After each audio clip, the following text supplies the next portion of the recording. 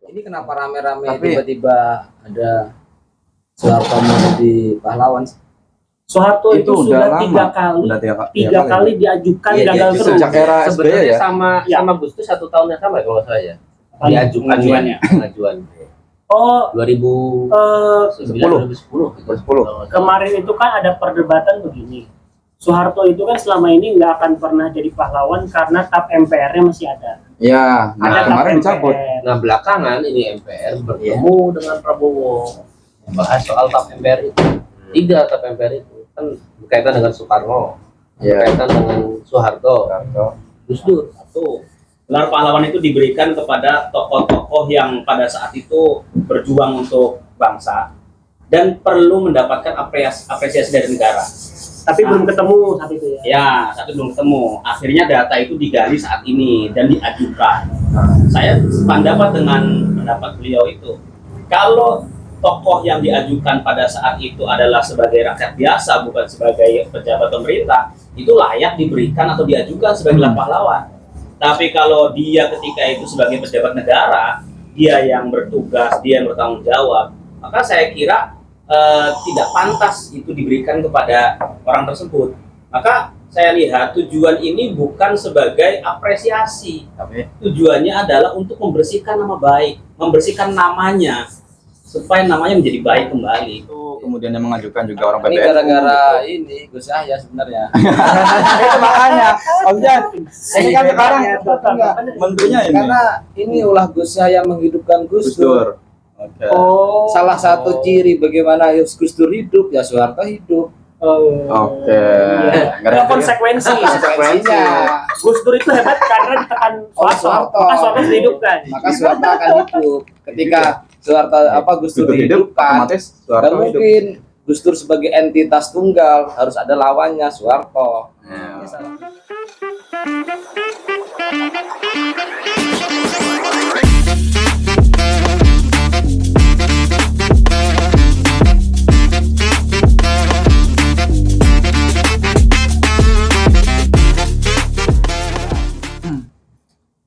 Oke, assalamualaikum warahmatullahi wabarakatuh. Salam gorong-gorong, jumpa lagi bersama kami di NU Underland Plus. Premium. Ada plus. Iya. Jadi selama beberapa hari kita pray karena cuti ya, dan sekarang kita ada penambahan nama plus apa Reborn ya enaknya. Reborn aja ya, NU Underland Reborn.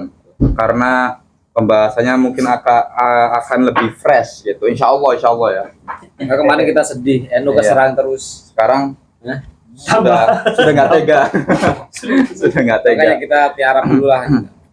Ya, kali ini kita akan membahas tentang isu yang sedang berkembang lagi-lagi ya. Dan ini menjelang Hari Pahlawan 10 November 2025. Berarti berapa hari lagi? 2 hari lagi. Ya. Dan polemik sedang bergulir yaitu terkait pengusulan pahlawan nasional, dan mungkin ada nama besar yang menjadi pro kontra ya antara Soeharto ya paling kentara ya. Iya. Tapi ada lagi pembandingannya adalah Gus Dur gitu. Kalau Gus Dur aman lah ya, tapi Soeharto ini yang menjadi sorotan pro kontra di publik ya. Ada yang mendukung, ada yang menolak gitu. Nah, mungkin diawali dari ini dulu deh. Apa namanya? Makan. Ya, untuk menu hari ini banyak sekali ya, karena Syakuran Reborn ini. Soeharto diusulkan sebagai pahlawan. Nah, sebelum spesifik ke Soeharto, sebenarnya kriteria apa yang bisa dijadikan usulan sebagai pahlawan gitu? Mungkin dari siapa dulu nih? Dari sesepuh lah ya, mungkin pelaku sejarah beliau. Ya, apa kriteria untuk bisa menjadi seorang pahlawan nasional itu, guys? Penyintas sejarah ini. Iya. Artinya begini ya, pertama Soeharto itu di era-era itu ketika tahun 80-an memang kan kita tidak bisa melihat hitam putih sekarang. Artinya oke lah kalau pakai pertimbangan asas manfaat dengan mudorotnya gitu. Ya. Makanya kan pertimbangannya manfaat mudorotnya dipertimbangkan. Terus bagaimana kultur masa itu? Ya. Makanya sampai muncul sebelumnya enak zamanku toh ketika ketika masyarakat itu merasakan ada stabilitas ekonomi di situ. Ya, maksudnya Harga masih ya, murah. Kriteria umum. Kriteria umumnya dulu, sosok yang layak dijadikan sebagai pahlawan nasional itu seperti apa dulu gitu. Ya Sebelum pertama punya sumbangsi pada negara ini. ya rakyat juga semua punya sumbangsi. Nah, Bayar betul, punya pajak. sumbangsi. Tapi kan Pasti arah-arah pahlawan. kebijakannya, arah kebijakannya seperti itu. Arah kebijakan yang memang pada era itu, ketika memang difusikan beberapa partai, terus habis itu, yang paling dirasakan masyarakat ketika muncul enak zaman Kuto, itu ibaratnya ada stabilitas ekonomi di situ. Harga itu masih stabil. Meskipun pada akhirnya ngerampok ya. Nah, walaupun pada akhirnya kalau Soehartonya itu Boleh ngerampok ya. Boleh. ya kan halus. Ya, jadi merampoknya itu bermartabat. Pakai perampok itu udah halus itu. Nyopet berani. Merampok Tapi kan juga tidak kasar, artinya justru orang-orang sampingnya ini yang dimanfaatkan itu. Jadi menciptakan beberapa pengusaha-pengusaha besar waktu itu kan. Ya, Persis sebenarnya seperti yang di kebijakan waktu itu Korea Selatan. Waktu itu bagaimana ekonomi diambil oleh Samsung segala macam untuk menciptakan lapangan pekerjaan, ada stabilitas di situ gitu. Mantan presidennya baru di penjara. Korea Selatan. Iya. Makanya kadang kebijakan itu melihat kultur pada eranya itu seperti apa. Oke, berarti yang layak itu adalah sosok yang punya kontribusi Kontribusi. Ini bangsa. undang-undang. Ya, undang-undang. Nah, baru gimana bicara tentang undang-undangnya. Undang-Undang Nomor 20 Tahun 2009 syarat tentang gelar tanda jasa dan tanda kehormatan. Syarat umum 1 WNI Ya jelas. atau seseorang yang berjuang di wilayah Ya. A. B. Memiliki integritas moral dan keteladanan. Ya. Integritas moral dan keteladanan. Keteladanan, oke. Dan tidak pernah. 3. Berjasa terhadap bangsa dan negara. Ya, itu. 4. Berkelakuan baik. Ya. Menurut siapa? Setia dan tidak mengkhianati bangsa dan negara. Terakhir yang keenam, tidak pernah dipidana penjara berdasarkan putusan pengadilan yang telah memperoleh kekuatan hukum tetap karena melakukan tindak pidana yang diancam dengan pidana penjara paling singkat 5 tahun. 5 tahun. Oke, Itu ya. kriterianya itu. Kriteria umum, ya. Nah, dan Soeharto masuk nggak? Nah, konsekuensinya apa ketika seseorang itu jadinya sebagai pahlawan gitu? Kita konsekuensi terutama dari untuk keluarga gitu ya, untuk bangsa itu apa? Substansinya itu loh. Tunjangan. Pada tunjangan. Tunjangannya. Untuk keluarga. Oke, ya kan ini kan orang-orang underland kan perlu tahu selain ya. dari tunjangan nama baik. Nah, Nama baik ya. Oke. Bersih jadinya. Iya. Jadi bersih ya. Jadi sebetulnya ketika jadi pahlawan tuh yang dapat untung yang dekat orangnya. Jadi bukan negara yang jadi untung atau masyarakatnya jadi untung, enggak. Orang-orang dekatnya. Justru pahlawan itu Keluarga yang ditinggalkan. pemberian dia, pemberian. Ya ya ya. Semacam Kayaknya keluarganya warisan. nggak butuh amat jadinya kayaknya. Yang dibutuhkan bukan tunjangannya, Oh, tapi Oke. kebersihan nama baik itu. Oke ya, jadi kriteria umumnya itu dan konsekuensinya adalah ada tunjangan untuk orang keluarga dan orang-orang dekatnya gitu ya. Nah sekarang spesifik ke Soeharto lah. Soeharto kita tahu bahwa beliau adalah presiden kedua dan menjabat selama kurang lebih 30 tahun. 32 30 tahun. Berarti kan jasanya juga nggak sembarangan ini ya. Dosanya jauh lebih besar. iya kemarin ada Ya. yang itu jasa beliau kan yang terkenal itu Infrastruktur.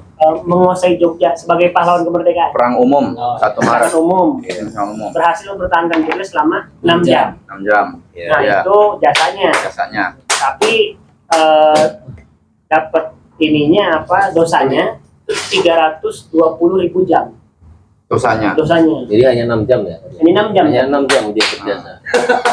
Itu ini tulisan di NU. Iya, coba aja. Nah, pasti ada yang pro dan kontra lah ya. Yang pro ini gimana nih? Apakah hanya melihat 6 jamnya itu yang paling penting? Karena kalau tanpa 6 jam itu bisa hancur negara gitu. Kontra dulu. Kontra dulu. Kalau kontra biasanya banyak soalnya. Yang pro dulu. Iya, yang pro, kira pro. Ya, saya sebenarnya melihat dari era itu ya, terlepas memang semua juga ada plus minusnya. Ada plus minusnya siapa kepemimpinan, karena seorang pemimpin kan tergantung skala prioritas nanti kebijakannya seperti apa. Makanya di ranah politik difusikan dari beberapa partai menjadi 3 partai. Walaupun akhirnya ada tindakan-tindakan represif, akhirnya justru terlalu kuat karena disumbang oleh struktur di pemerintahan, terus bagaimana pengerahan massa di area-area itu dari sisi politik. Kalau dari sisi ekonomi sebenarnya melihat masa itu ketika masa transisi ya, ketika Indonesia perlu membangun, makanya banyak sekali pembangunan. Terus sampai swasembada beras. Dan sekarang memang sudah diulangi lagi oleh menantunya, mantan menantunya kan swasembada beras kan digulirkan lagi dan alhamdulillah sukses sekarang. Sukses Sudah sekarang. besar ya. Terus ada transmigrasi bagaimana penyebaran masyarakat era itu gitu. Dan dengan era Soeharto berapa tahun mengalami Era Soeharto itu ya pokoknya saya inget-inget itu mulai tahun 82-an itu memang di area-area di perkampungan kan tekanannya luar biasa. Beda dengan Jakarta ya. Beda dengan Jakarta. Jadi era-era itu yang sangat terasa adalah dinamika politiknya. Dinamika politik. Terus untuk stabilitas negara Soeharto waktu itu ada Petrus.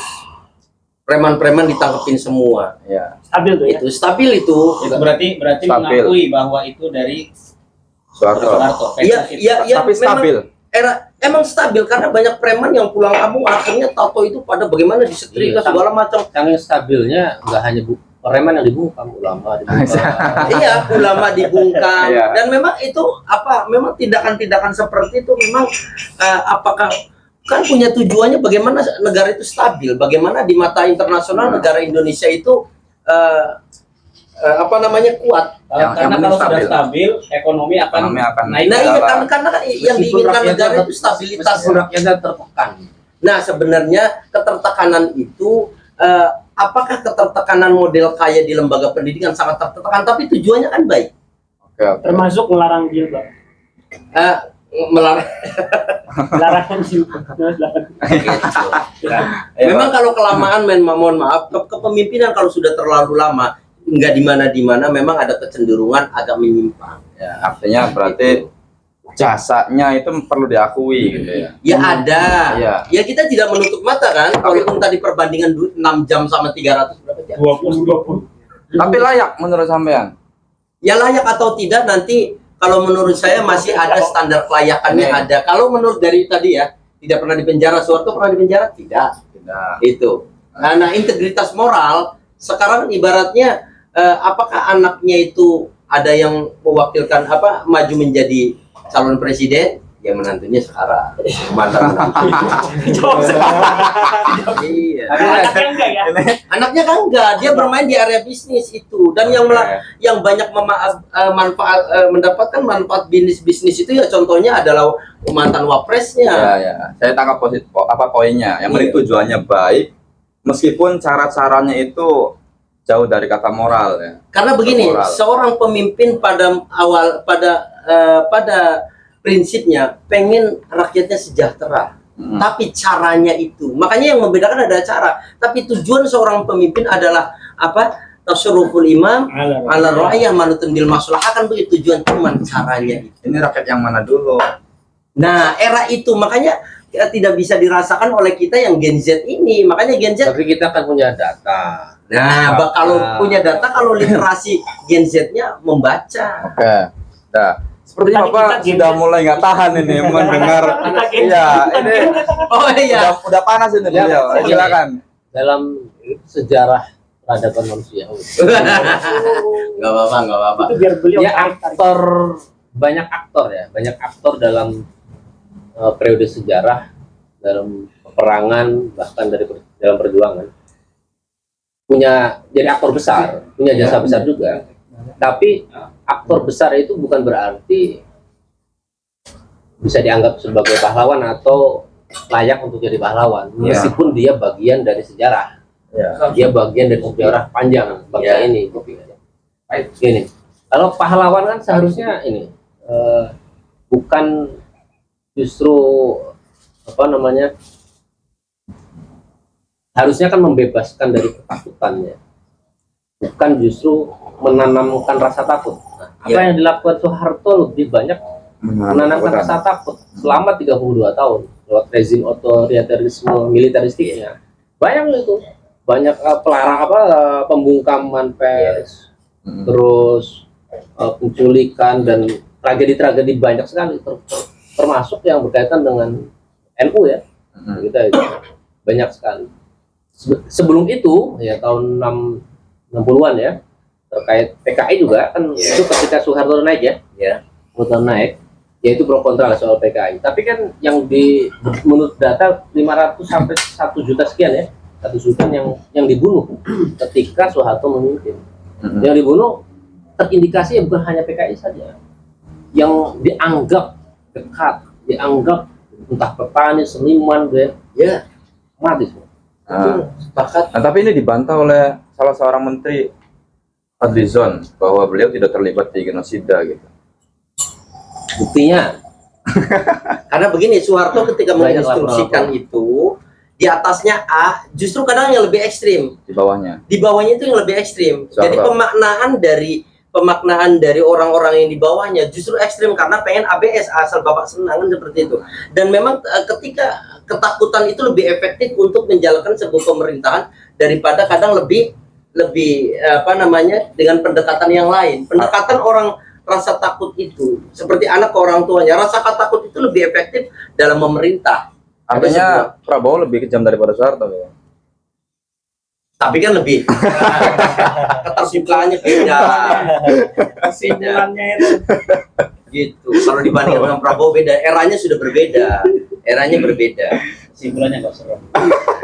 nggak boleh presiden ya. banyak yang dibungkam. Tentu kan artinya ini tidak membuka keran demokrasi, menutup rapat-rapatnya untuk kepentingan pribadinya dia keluarga. Iya. Bukti banyak KKN, korupsi, kolusi, nepotisme, Ya. sekian dolar lah banyak. Ya. Itu terbukti banyak. Tapi bahwa eksistensi NKRI berjalan selama periode beliau, yaitu jasa beliau dong ya. Maksudnya eksistensi negara itu kan masih kuat gitu. Bahkan waktu itu dianggap sebagai apa, ekonomi Asia yang macan ekonomi ya. Macan Asia juga. Terus bagaimana stabilitas itu, bagaimana pendidikan Pancasila waktu itu, pendidikan moral Pancasila, terus habis itu langsung masuk ke pesantren yang tidak ada lembaga pendidikan pun, tidak ada pendidikan formal waktu itu di pesantren di Cirebon. Itu sampai pesantri itu di apa namanya, di briefing tentang masalah Pancasila itu. Tapi kiainya mau Era itu menerima, karena kan tujuannya bagaimana cinta negara, hubul waton. Itu. Nah, ideologi Pancasila juga itu Soeharto kan yang Iya. mengerahkan gitu. Mengerahkan Itu itu. kira-kira jasa beliau mengokohkan Pancasila itu loh di semua wilayah gitu, di semua kalangan. Itu jasa besar juga kan ya. Pelajarannya ada pelajarannya. Dulu PMP, pendidikan moral Pancasila. kenapa dihapus? Ya mungkin sudah ada PPKN, sekarang kan akhirnya bergulir. Cuman beda nama doang. Dulu kan PMP, akhirnya PPKN. Justru dihapus itu karena dianggap menyimpang, Menyimpang dari sisi apa? karena merubah Pancasila jadi doktrin. Kalau doktrin itu baik untuk sebuah stabilitas negara, untuk pemahaman bahwa kultur kita adalah keindonesiaan, tidak melihat dari kultur-kultur dari asing, gitu loh. Itu kan Berarti seperti artinya itu. Pancasila nggak layak jadi doktrin. Apa gimana? Karena Pancasila jadi doktrin. Jadi Pancasila itu kan dasarnya di pidato Soekarno 1 Juni. Ya. Oke, jadi dia itu diambil dari bumi Indonesia, perwakilan dari aktivitas masyarakat yang sudah ada. Ya betul. Jadi bukan diadakan P4, didoktrin dan takut-takutan. Ya. Makanya kemudian dibubarkan program-program Pancasila di era Orde Baru Ya. karena dianggap tidak benar, karena dipaksakan. Karena misalkan pengalaman NU kan juga dipaksa untuk masuk dalam fungsi partai. Ya. Tetapi di dalam kursi partai juga kan menderita karena tidak dapat akses. Betul. Semua orang, bahkan MPRS ya, Ya. itu kan dicopot, setengahnya diganti ABRI dan militer. Dari 26 gubernur itu 18 itu diisi tentara semua. Tentara, betul. Bupatinya juga tentara semua. Ya. Sebetulnya kalau Era dirujuk ke Pancasila itu juga bertentangan dengan sila keempat Pancasila. Karena Iya. perwakilan tentara semua. Dan 3 fungsi partai itu parah sih, itu mengkhianati demokrasi karena dipaksa untuk masuk hanya dua partai saat itu, bukan 3 partai, hanya 2 partai, PDI dan P3. Golkar itu bukan partai, Iya. tapi malah Betul. menang pemilu. Iya. Dan PNS yang di semua daerah dimobilisasi, ditakut-takuti. Jadi 32 tahun itu sebetulnya bukan melaksanakan Pancasila, tapi kemudian tadi rezim ketakutan. Rezim Jadi orang ketakutan. itu berpancasila karena dia takut. Ya. Sehingga muncul asas tunggal. Asas tunggal ya. Nah, ya. Asas tunggal ini banyak yang tidak menerima juga. Ngapain kita bikin organisasi semuanya harus Pancasila kan? Walaupun Gus Dur sempat menerima. Iya, NU Iya. menerima. Nah, Iya. itu strategi NU untuk bertahan karena Iya. dalam Tempo dan Kompas di Bredel semuanya sempat di Bredel. Bahkan petisi 50 ya orang-orang senior juga diintimidasi, rumahnya ya listrik dan air itu dicopot. Ali Iya. Sadikin dan lain sebagainya. Nah, jadi itulah yang melahirkan reformasi kira-kira gitu. Iya. Dulu di daerah-daerah bupati dan masyarakat daerah tidak bisa mengelola sumber dayanya sendiri. Ya. Makanya di reformasi ada otonomi daerah. Ya udah. Jadi sebetulnya di reformasi ini mengoreksi Ya. orde baru supaya tidak terulang kembali. Orang kembali, oke. Jadi memang Ternyata banyak ternyata yang balik lagi sekarang. Ternyata. Kalau kembali lagi ya ke kriteria menjadi pahlawan atau calon pahlawan, kan salah satunya memiliki integritas moral. Moral ya. Oke. Itu tolak ukur kompas moral itu nggak bisa disingkirkan begitu saja. Itu saja sudah tidak masuk. Ya. Jadi ya, menurut Falizon bermoral. Bermoral. Genosida nggak terlibat. Gitu. Iya. Menurut Kompas moralnya berarti error itu. Kompas moralnya error. menurut Menteri Sosial juga bermoral. karena kepepet Padahal dia. dia. Padahal dia. Karena dia kepepet karena menteri yang ngeluarin itu. Oke. Tadi disebutkan bahwa NU menerima Pancasila itu karena kondisi Tertekan. tertekan ya. Artinya ya politis saja lah gitu. Ini kenapa rame-rame Tapi- tiba-tiba ada Soeharto menjadi pahlawan? Soeharto itu Itu udah sudah lama. 3 kali, Udah 3 kali diajukan Iya, gagal diajukan. terus. Sejak era SBY Sebenarnya ya. sama Gus Dur 1 tahun yang sama kalau saya. Diajukan Pengajuannya. pengajuan. Oh, 2009 2010 gitu. 2010. kemarin itu kan ada perdebatan begini. Soeharto itu kan selama ini nggak akan pernah jadi pahlawan karena TAP MPR-nya masih ada. Ya, Ada nah TAP kemarin dicabut. MPR. Nah belakangan ini MPR bertemu dengan Prabowo membahas soal TAP MPR itu. 3 TAP MPR itu kan berkaitan dengan Soekarno, Ya. berkaitan dengan Soeharto, Gus Dur. Jadi Gus Dur itu dipasang untuk yang ini terima. Membonceng misalnya. membonceng. Iya. Itu memang didesain seperti itu. Didesainnya. Oh, Iya itu. Iya, dia menjelaskan benar-benar desain. Iya. Iya, itu didesain makanya kenapa ketika paket itu ada Soeharto ada Gus Dur. Itu. Tapi Nah, pencabutan TAP MPR itu apa? Artinya kenapa bisa dicabut? maksudnya mencabut supaya gelar pahlawan ini tidak ada halangan. Kalau Ya. secara Karena di TAP konstitusi MPR itu adalah Iya, iya. Soeharto, KKN itu disebutin di situ. Iya. Bagaimana untuk yang terbaru setelah dicabut kan seolah-olah udah bersih nih. Bersih. Maka dimajukan untuk jadi pahlawan. Iya. Tapi kemarin ada ahli hukum kalau nggak salah Bivitri mengatakan bahwa pencabutan itu tidak sah Nah, karena dicabutnya 2024 apa 5 ya? 2025. Sementara Gus Dur itu TAP MPR-nya sebelum tahun 2011. Sementara Soeharto itu dicabut setelah 2011. Kenapa 2011? Karena ada undang-undang tahun 2011 yang mengatur tata cara perundang-undangan termasuk TAP MPR. Iya. Jadi TAP MPR setelah tahun 2011 itu nggak sah, sehingga pencabutan itu levelnya hanya pidato. Menurut Bivitri. Iya. Jadi sebetulnya status hukumnya Pak Harto itu masih mengganjal, termasuk yang di pengadilan itu. Iya. Memang tidak pernah jadi tersangka Betul. dan tidak pernah diadili, iya. tetapi statusnya masih terdakwa. Terdakwa. Itu yang bicara Amnesty International, Amnesty Indonesia ya. Di siapa namanya itu? Ya, Usman Hamid. Usman Hamid, Usman Hamid. Dia mengatakan memang benar dia belum sah jadi Sangka. tersangka, baru terdakwa. Tetapi ini menjadi menjadi tanda bahwa orang ini memang masih kotor kira-kira gitu. Karena kejadian itu pas dipanggil pengadilan Belum clear lah. sudah jalan ngaku sakit meninggal. Jadi nggak sempat ke pengadilan saat itu. Iya. Tapi bahwa pencabutan tok MPR itu sudah ketuk palu sudah. Pencabutannya dilakukan oleh siapa ketua MPR kemarin? Zani. Bukan. Bambang Bamsud. Susatyo. Iya, Bamsud. Bamsud. Nah, mungkin yang mendukung ini merasa sudah bersih. Tapi menurut ahli hukum tadi tidak. Karena setelah tahun 2011 MPR itu udah macan ompong. MPR itu tidak bisa mencabut dan lain sebagainya, sudah jadi tempat seremoni doang. Iya, Udah. iya. Setelah itu emang Maka MPR pencabutan itu Tidak kuat ya. tidak kuat. Apa yang pengajuan Soeharto sebagai pahlawan sebelum-sebelumnya kan nggak seramai sekarang ya, Iya. karena sepi ya.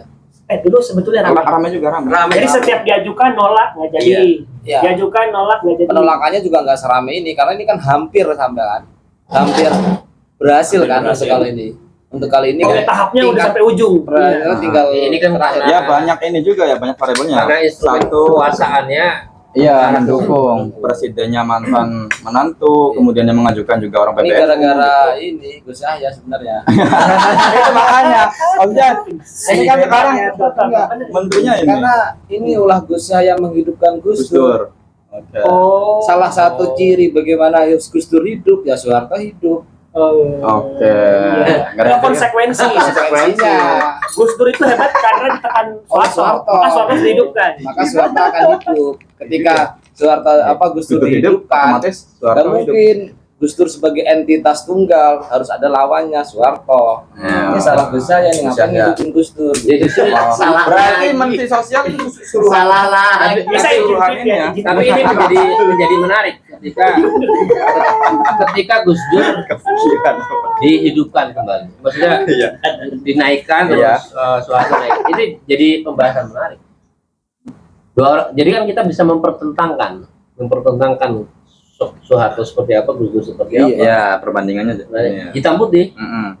Soeharto hitam, Gus Dur putih lah. Ya, kira Iya, iya. Itu bisa. Jadi orang bisa memandang itu. Oh, jasa Gus Dur seperti ini. Oh, Soeharto seperti ini. Kepikiran. Ini Artinya menteri sosial juga suruhan dari Gus Yahya, ini tuh jangan-jangan. kemungkinan besar ada reinkarnasi Gus Dur dan reinkarnasi Soeharto. Waduh.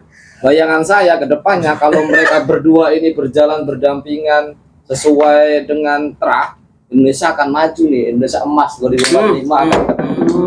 Masalahnya sosok Soeharto di siapa dan sosok Gus Dur di siapa ini belum ketemu. Oh, belum ketemu. Oke. Muncul Satrio Piningit nanti kalau udah. Berarti judulnya itu ya Soeharto pahlawan gara-gara Gus Ini Yahya. tuh kan ini negara Konoha. Ketika Indra sama siapa tuh? Iya. Yang itu Edo Tensei Sasuke sama Naruto. menghidupkan para Hokage. Nah, itu kan sebelumnya reinkarnasi sebelumnya. Naruto, Sasuke ini reinkarnasi yang bersatu. Dulunya sebelumnya berantem terus ini. Iya, iya. Ketika bersatu bisa hidup Konoha ini. Bener ya, Nah, Pak? itu dah. Negeri Bersatu Konoha. dari bersatu dalam hal apa? Dari Konoha. Analisisnya memberi Keren banget ya. Ini karena sudah menyinggung PBNU ya. Balik lagi. Enggak, ini nih. Betul, karena yang mengusulkan juga Iya, itu menteri sosial kan orang PBNU. elemen dari gitu. PBNU. Itu kan, dan beberapa tokoh juga ada yang Terus, mendukung. Kalau kita lihat kan sebenarnya Jokowi juga dalam rangka menghidupkan Soeharto kan. Kenapa? Mungkin Gus Yahya juga visioner ke depan karena Jokowi ini berusaha menghidupkan Soeharto, beliau mengusulkan Gus Dur. Belum tentu terbalik ya, belum tentu Gus Dur karena Gus Dur yang hidup dulu baru Soeharto yang nongol, enggak. Ini karena Jokowi dulu ini sebenarnya. Jadi luar biasa ini Gus Yahya sebenarnya visioner nih untuk membaca tanda-tanda alam nih. Yang visioner tuh sampean yang membaca visioner. Visioner lagi ya. Kalau kembali ke jasa Soeharto yang fisiknya Soeharto yang sudah meninggal itu, Oke. sebenarnya untuk saya sih sebenarnya nggak penting-penting amat ya membahas pahlawan atau tidak. Saya sih mau sebenarnya soal jadi pahlawan, tapi syaratnya cuma satu, Apa? pahlawan tanpa tanda jasa sama kayak guru, miskin semuanya gitu loh, termasuk anak-anaknya segala macam. Keren. Keren banget. Nggak masalah saya Soeharto jadi Saya pahlawan, ini tapi ide cuma dari satu, Iya, ini orisinil. pahlawan tanpa tanda jasa seperti halnya guru. Guru, iya. Aman selesai. Tidak perlu di ini ya. Sebenarnya Soeharto masalah jadi pahlawan cuma satu.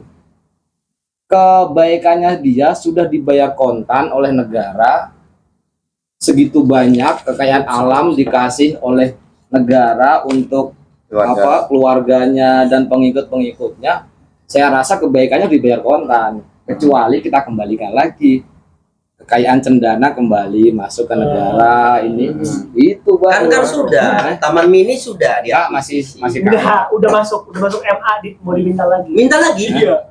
enggak, itu kan cuma yang terlihat, Pak. Kecil itu. Kecil ya.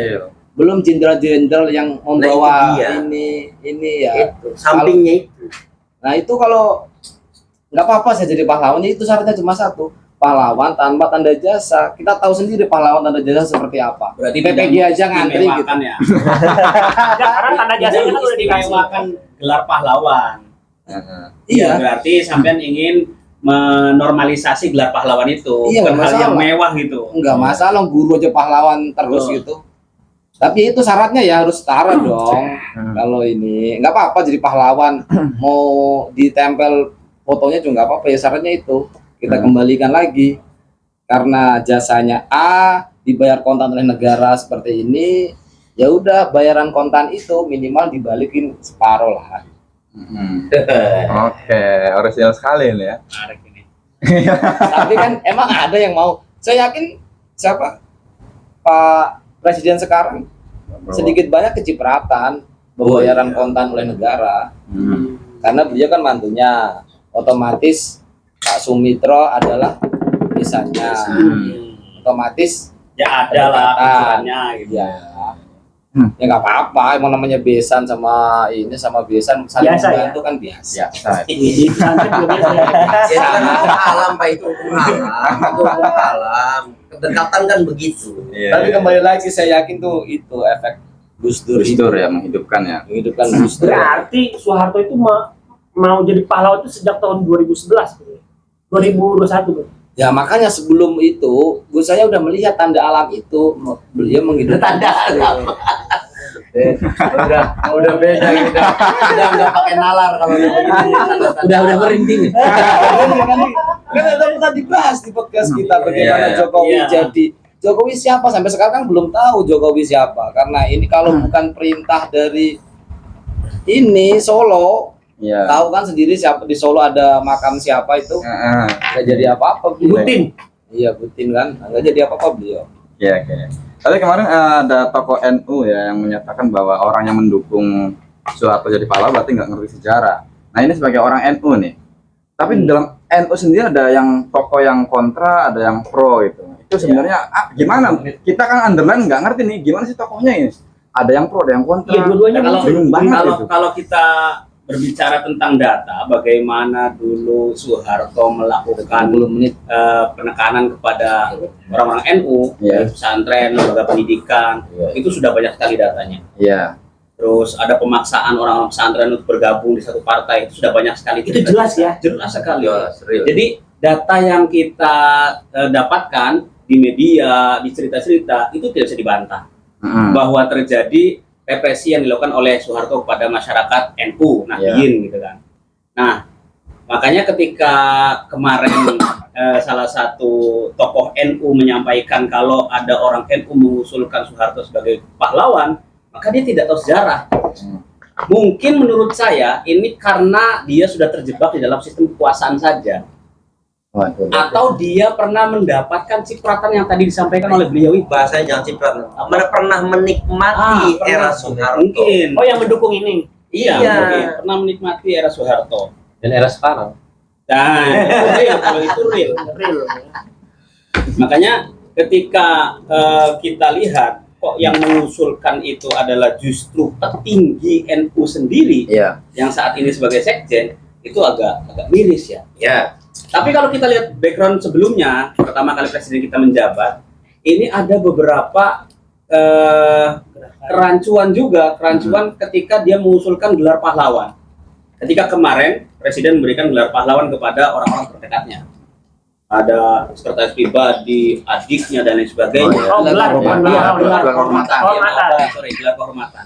Dari sini saja kita sudah agak bingung ya, karena gelar kehormatan yang diberikan negara kepada seseorang itu paling tidak ada legasi yang diberikan oleh orang tersebut kepada negara. Bukan yang baru menjabat ya. Bukan yang baru menjabat. Nah, sedangkan orang-orang yang Biasanya menerima gelar kehormatan itu adalah orang-orang yang baru menjabat 1 tahun, ada orang yang tidak pernah terlibat di dalam kepemerintahan, tapi mungkin menurut dia berkontribusi di ekonomi dan sebagainya. Di pemenangan. Nah, mungkin di pemenangan iya. Dari sini saja sudah membingungkan bahwa ternyata dari pemerintahan memberikan gelar kehormatan atau gelar pahlawan itu tidak ada kajian yang jauh, kajian yang mendalam, termasuk gelar yang akan diberikan kepada Soeharto ini. Sebenarnya kalau gelar pahlawan, gelar kehormatan, kalau yang memberikan adalah pemerintah, kita sudah hopeless sih sebenarnya.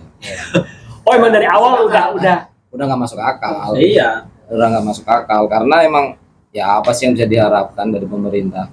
Nggak, kalau dalam perspektif NU itu kategori orang pahlawan itu apakah kuburannya rame apa gimana kira-kira? Nah, Beda itu Pak, beda. Kita ini kan kita. Kan? Iya, iya. Apa sih ukuran kita Nah, iya, pahlawan benar. biasanya? Iya, orang-orang. Ada dalam list tahlil kah gitu?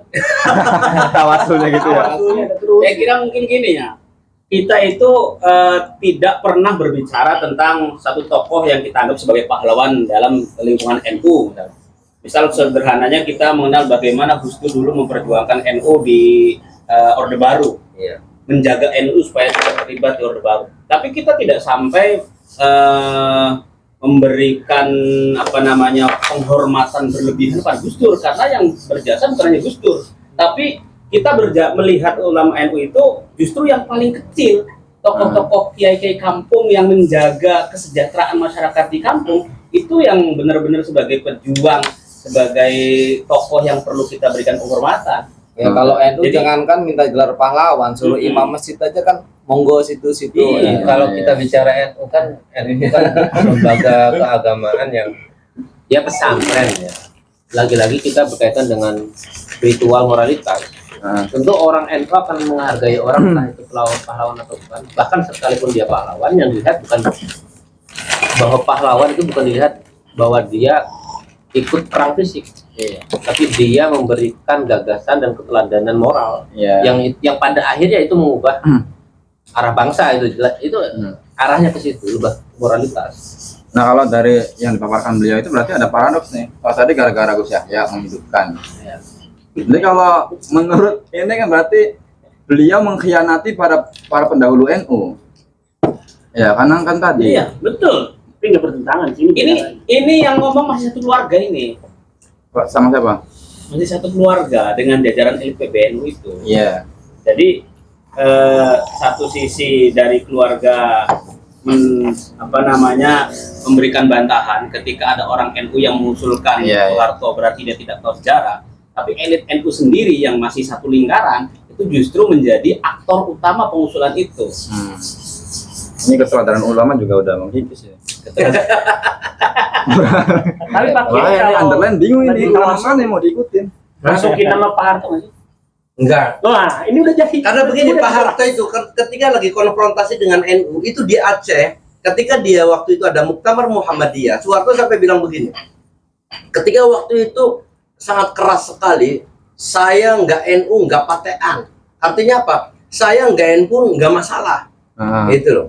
Tapi ketika Soeharto sudah memasuki era 90, mulai 95 ke arah 98, sudah mulai masuk ke ranah-ranah agama, Pak. Tahlil. Tahlil dibutin Bu, gimana coba? Merasa dia bagian dari Muhammadiyah. Dia bagian dari Muhammadiyah itu karena merasa di NU susah banget diatur. Sampai akhirnya Muktamar Cipasung itu bagaimana didesain sedemikian rupa dengan ada NU tandingan Abu Hasan waktu itu. Bagaimana waktu itu ngototnya ulama NU jangan direbut oleh pemerintah. Karena Soeharto bagaimana NU ini sudah masuk dalam kendalinya, tapi tidak mampu juga. Era itu Soeharto sangat keras karena NU tidak bisa diatur. Berarti Soeharto mau menguasai NU ketika itu. Ketika sangat Pak, sangat. Semua komponen itu bagaimana? Harusnya NU sekarang juga keras ya. Makanya. Nggak bisa. Saya tahu yang sebenarnya. Tapi belakangan Soeharto ketika mulai 90 sekian sampai sebelum 98, dia sudah mulai soft. Habis itu mungkin kebijakan sudah lebih sepuh jaga, terus mengakomodir bagaimana mengakomodir kepentingan orang NU gitu. Jadi makanya ada era-era waktu itu. Bagaimana orang-orang yang masuk ke P3 itu diintimidasi di daerah, karena tadinya ketika NU itu berfusi kepada P3 waktu itu luar biasa. Luar biasa di daerah, sangat terasa waktu itu. Menceramah sedikit, malam ceramah itu besok sudah di kandang di Koramil, itu sudah biasa. Karena yang Jadi zaman Orde Baru itu kiai selalu dikandangkan. Pas Iya, mau pemilu ya, pas mau pemilu ya. bukan hanya pemilu, ketika kiai waktu itu, terutama yang keras dari Jakarta ya. Kalau di daerah itu dari Jakarta itu ada penceramah-penceramah yang mengkritik pemerintah, itu udah besoknya udah di Koramil. Kalau penceramahnya kuat, panitianya yang dikandangi. Jasanya itu. Jasa Pak Harto. Bukan jasa Pak, ya bagaimana menjaga stabilitas negara. Gini. Itu berarti kan poin pentingnya adalah menjaga stabilitas negara. Poin pentingnya Nah, itu gimana apakah pun menjaga caranya. stabilitas negara dengan cara-cara seperti itu merupakan Sampai harus seperti itu. sebuah kebaikan? Karena begini, kita melihat SDM masa itu ya, itu kan sumber daya manusia beda dengan sekarang yang era keterbukaan, era informasi sudah sedemikian rupa. Dulu kan baru ada TVRI. Bagaimana corong pemerintah itu baru TVRI. Ketika acara apa, ketika Harmoko itu muncul, semua itu sudah pokoknya ikutin aja sebuah negara Ya memang didesain seperti itu. iya karena Iya. memang didesain seperti itu karena butuh stabilitas, karena waktu itu setelah ranah PKI itu bagaimana tidak ada embrio PKI yang waktu itu justru di Jawa Tengah Jawa Timur itu kiai dikorbankan, dan juga banyak orang-orang yang tidak paham tentang politik, orang NU kiai yang ngikut rombongan tani ya, kelompok tani dengan PKI, akhirnya kena juga. Padahal orang itu. Tapi mereka tidak paham bahwasanya ada tawas ini strategi Yang dari tidak paham berarti pemerintah. Soeharto. Nah, Tidak paham Soeharto. bukan masyarakatnya tidak paham, bahwa Soeharto hanya memberikan pancingan waktu itu ada rombongan kelompok tani yang gabung dengan PKI waktu itu. Jadi kayak yang paham jangan. Tapi dibunuh juga itu. Ya dibunuh juga karena mereka dalam satu komunitas itu. Ya kalau dibuat itu salah orangnya apa salah Soeharto-nya? Kalau Soeharto sebenarnya saya bilang dari awal Soeharto Lo kan itu aktor utama. Ya tadi itu Dia dari pemimpin atas. utama. iya dari atas Dari atas. mungkin. Kasihan nih sendirian ya si Bella nih. Saya bantulah. Ya tidak. Tidak, artinya saya melihat Kurang dari diadilin ya. melihat era itu ya, saya kan ketika waktu mulai dari tahun 82 itu kan mengikuti pola-pola itu gitu. Kalau begitu berarti menyalahkan rakyat ya. Ya terlepas SDM-nya belum. Ini masuk ke moral sebetulnya. Ya SDM-nya terlepas SDM-nya belum semaju sekarang. Ya kita juga tidak bisa menafikan rakyat dulu juga. Ya lewat pendidikan pesantrennya, lewat apa juga paham mana baik mana buruk. Dari sisi moralitas, tapi kalau Ya, dari strategi, maksud saya gini, apakah kita tidak apa ya? Mengapa kita harus menyalahkan rakyat ketika itu karena dianggap SDM-nya kurang ini? Sedangkan aktor utama dianggap dia kan tadi bicara aktor utama memerintahkan A di bawah jadi B, tapi kan tetap orang yang bertanggung jawab aktor utamanya. Orang yang tanda tangan. Di 12 kejahatan HAM berat kenapa Soeharto menjadi suspek, Iya. menjadi tersangka? Karena semua kebijakan itu turunannya ada. ya. Beliau misalkan dari Kamkom instruksinya Kakti, lalu menyerukan ada operasi-operasi militer. Ya, Itu secara resmi memang dari atas, dari presiden. langsung. Bahkan kampus juga harus seragam semua. Tapi yang Kuning semua. paling merugikan menurut saya adalah ketika orang NU dianggap tidak kompeten. Ada sejarawan yang mengatakan bahwa ini adalah hasil dari tekanan Soeharto. Misalkan begini, kenapa Gus Dur memilih untuk kembali ke Hito sehingga menjadi ormas?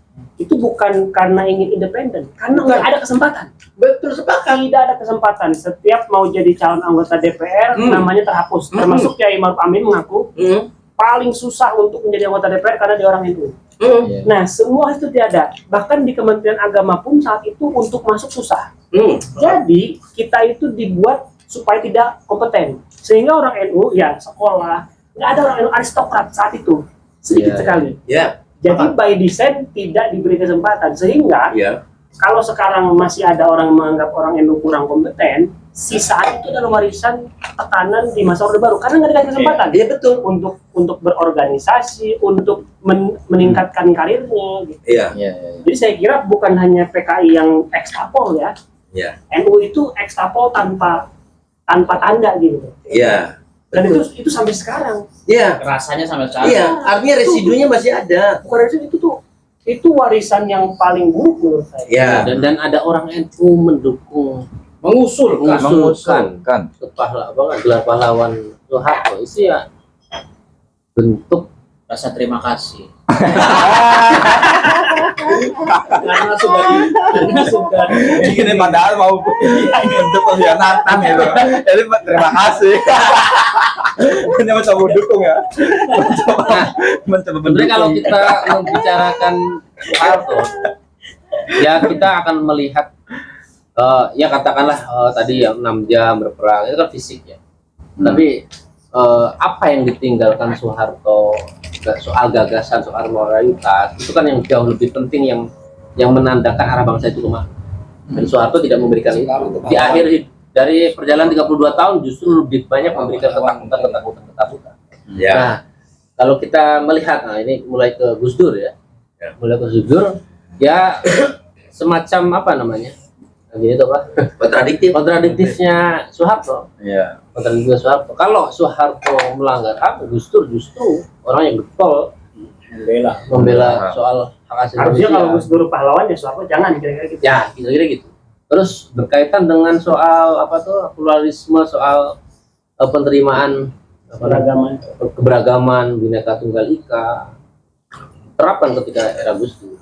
Ya. Era Gus Dur kan pas era reformasi. Gus Dur termasuk salah satu aktor transisi Ya. dari Orde Baru ke reformasi. Ya. Memberi gagasan, memberi ya dari situ Gus Dur membangun pelan-pelan lewat banyak hal, membela hak-hak rakyat tertindas, konstitusional sekali lah. Ya. Gus Dur selalu bertindak atas nama konstitusi. Ya. Itu jelas. Banyak data yang bicara itu. Ya.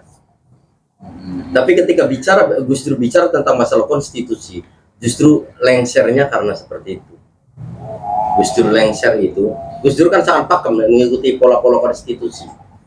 Tapi kan Gus Dur tidak mau tahu bagaimana peta kekuatan politik, bagaimana ranah-ranah politik. Makanya waktu itu ketika DPR dibubarkan, justru kalau melihat peta, kalau mau punya tujuan agak jarak jauh, tujuannya adalah ke depan, itu nggak usah ada dekret segala macam itu kan. Oke, jadi maksudnya Soeharto itu karena dia jangka panjang, Ya. maka dia melakukan kesalahan itu nggak apa-apa. Yang penting, Mengotak-atik konstitusi. iya.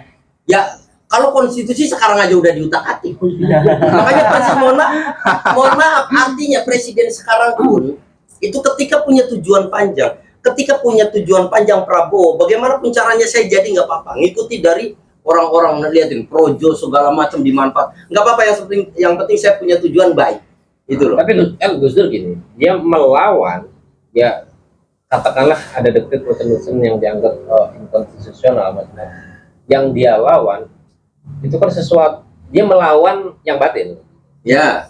tapi dia membela yang menderita konstitusional, Ya, betul. yang konstitusional. Jadi ada yang dibela sama yang dilawan itu sesuatu yang berbeda. Ya, betul. Ini negara kurang kerjaan ya. Bahas pahlawan-pahlawan. Ini salah undang-undang juga ya. Saya kira Masih gini. ada peluang. Kenapa masih ada peluang orang mengajukan Pahlawan. pahlawan gitu? Menurut saya pahlawan selesai ketika penjajahan itu selesai. Kalau masih ada pahlawan berarti masih ada penjajahan dari era kita merdeka sampai sekarang. Karena pahlawan akan timbul ketika ada ketidakadilan gitu. Nah, ketika Soeharto kita anggap sebagai pahlawan, berarti masa Soeharto itu banyak ketidakadilan sehingga dia dianggap pahlawan. Padahal dia kan presidennya yang mengatur seluruh kinerja pemerintahan, ya berbanding terbalik gitu. Harusnya kan dia bisa memberantas ketidakadilan sehingga dia tidak perlu jadi pahlawan. Ya, karena tugasnya. Tugas. Betul, tugas. Makanya setelah pasca kemerdekaan, saya rasa undang-undang tentang adanya pahlawan sudah tidak ada.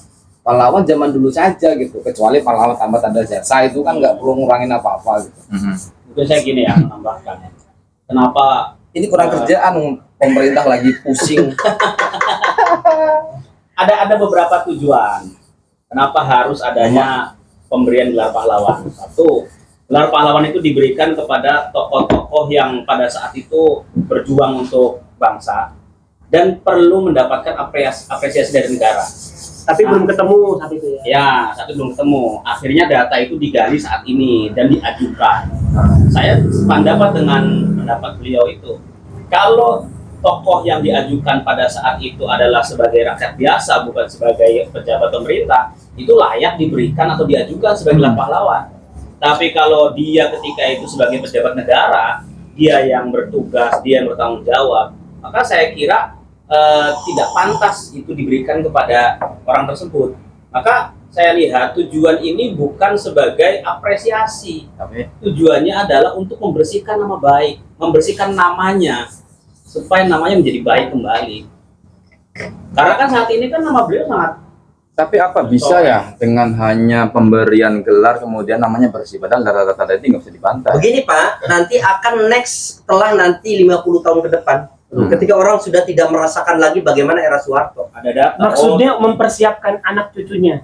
Iya, nanti anak cucunya di ke belakang. Pas Ketika nanti pilkada anak ada. cucunya, ketika nanti era sudah taruhlah beberapa dekade, taruhlah 30 tahun, 40 tahun ke depan, ketika orang yang tidak merasakan ada di papang Soeharto, oh pahlawan, mereka tidak tahu sejarah, apalagi kalau seumpama masyarakatnya miskin literasi. Berarti Apalagi pelajaran sejarah anak udah cucu nggak kita mau Apalagi pelajaran sejarah udah nggak ada katanya. anak cucu kita berarti diminta untuk bertanggung jawab atas dosa-dosa kita memutuskan itu ya. Pahlawan. Justru itu mempermudah. Jadi kalau tadi pakai bahwa ini untuk membersihkan, berarti kan tadinya kotor. Iya. Iya kan, kalau bersihkan berarti tadinya kotor. Iya, Kan? betul. Kotor dibersihkan. Justru ini menjadi jalan untuk anak-anaknya, Iya. mempermudah, biar dia nggak terbebanin bapaknya yang kotor. Makanya bapaknya dibersihkan supaya anaknya lebih mudah jalannya. Ya, sama kayak Muawiyah waktu itu. Bagaimana dimensi keagamaan itu, bagaimana bahasa dikiran saja, dikiran untuk melegalitas Muawiyah waktu itu sampai menjadi dikiran sekarang orang Indonesia. Berarti Tidak. Soeharto sama Muawiyah sama. Ya, Muawiyah sama.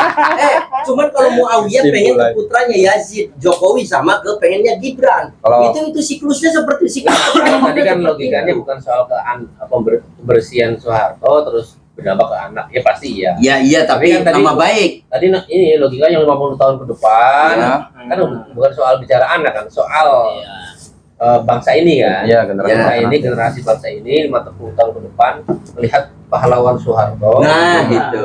Apalagi bangsa kita itu bangsa pelupa. Wah, Iya. iya. Tapi artinya kan bangsa 50 tahun ke depan itu menang dosa ini nih Yang memutuskan. yang memutuskan. Iya. Bicara dosa akhirnya. Ya dosa. Iya, dosa. Mikirin pemerintah udah punya. Jadi memang jadi memang Soekarno pernah ngomong waktu pidato pertanggungjawaban sebelum lengser, Iya. sejarah akan membersihkan namaku. Jadi Oh. sebetulnya ada mekanisme dalam sejarah yang memang benar-benar pahlawan itu akan bersih dengan sendirinya. Iya. Bedanya sekarang tanpa ini diketok palu. takut nggak ada yang ngebersihin.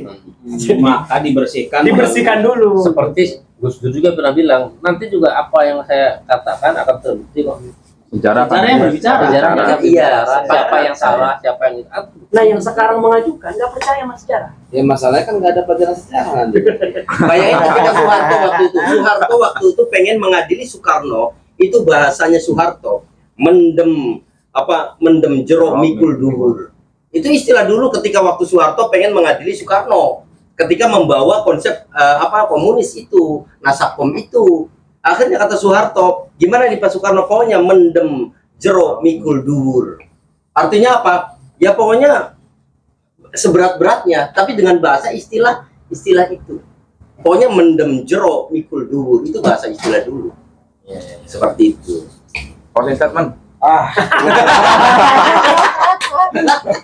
Ini statementnya gini, layak atau tidak Soeharto Iya. mendapatkan gelar Layak apa pahlawan? tidak sebagai Iya, generasi layak apa tidak? sebagai generasi penerus bangsa ini mau dibersihkan, menatap iya, generasi emas. mau dibersihkan sebersih apapun tetap kesalahan tidak akan Gimana? dilupakan. Layak apa tidak Soeharto jadi pahlawan? Menurut saya agak layak ya. Kenapa? Jauh dari kata ikhlas ya. Nah, Jauh dari filosofis. Iya.